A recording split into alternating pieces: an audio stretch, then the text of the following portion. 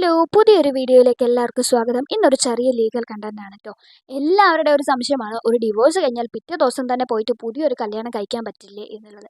പറ്റില്ല എന്നുള്ളതാണ് അതിൻ്റെ ഉത്തരം. ഒരു കണ്ടസ്റ്റന്റ് ഡിവോഴ്സ് നടന്നു കഴിഞ്ഞിട്ടുണ്ടെങ്കിൽ 90 ദിവസത്തിന് ശേഷം മാത്രമേ നമുക്ക് പുതിയൊരു വിവാഹ ബന്ധത്തിൽ ഏർപ്പെടാൻ സാധിക്കുകയുള്ളൂ. എന്താണ് ഈ 90 ദിവസത്തിൻ്റെ കണക്ക് എന്നല്ലേ? 90 ദിവസം നമ്മുടെ ഓപ്പോസിറ്റ് നിൽക്കുന്ന പാർട്ടിക്ക് അപ്പീൽ പോകാനുള്ള ചെറിയൊരു സമയപരിധിയാണ്. ഈ ഒരു സമയപരിധിക്ക് ശേഷം നമ്മൾ മറ്റൊരു വിവാഹ ബന്ധത്തിൽ ഏർപ്പെടുകയാണെന്നുണ്ടെങ്കിൽ യാതൊരു വിധത്തിലും നിയമ തടസ്സം ഉണ്ടാവുകയില്ല. ഇനി മ്യൂച്വൽ ഡിവോഴ്സിന്റെ കാര്യത്തിലാണ് എന്നുണ്ടെങ്കിൽ ഈ പറഞ്ഞതൊന്നും ബാധകമല്ല. പിറ്റേ ദിവസം കല്യാണം കഴിക്കുക എന്നുള്ളത് വരെ സാധ്യമാണ് എന്നാണ്. ഇനിയിപ്പോൾ മറ്റൊരു സംശയം എന്താണെന്ന് വെച്ചാൽ, ഒരു ഡിവോഴ്സ് നടക്കുന്നതിന് മുന്നേ നമ്മൾ മറ്റൊരു കല്യാണം കൂടെ കഴിക്കുകയാണെന്നുണ്ടെങ്കിൽ രണ്ടാമത്തെ കല്യാണം വാലിഡ് ആകുമോ എന്നുള്ളതാണ്. ഒരു കല്യാണം ലീഗലി നടന്നുകൊണ്ടിരിക്കുകയാണ്, അത് ഡിവോഴ്സ് എത്തുന്നത് വരേക്കും. അപ്പോൾ ആ ഒരു സമയത്ത് നമ്മൾ കല്യാണം കഴിച്ചിട്ട് ആദ്യത്തെ ഭാര്യനെ ഡിവോഴ്സ് ചെയ്താലും രണ്ടാമത്തെ കല്യാണം വാലിഡ് ആവില്ല.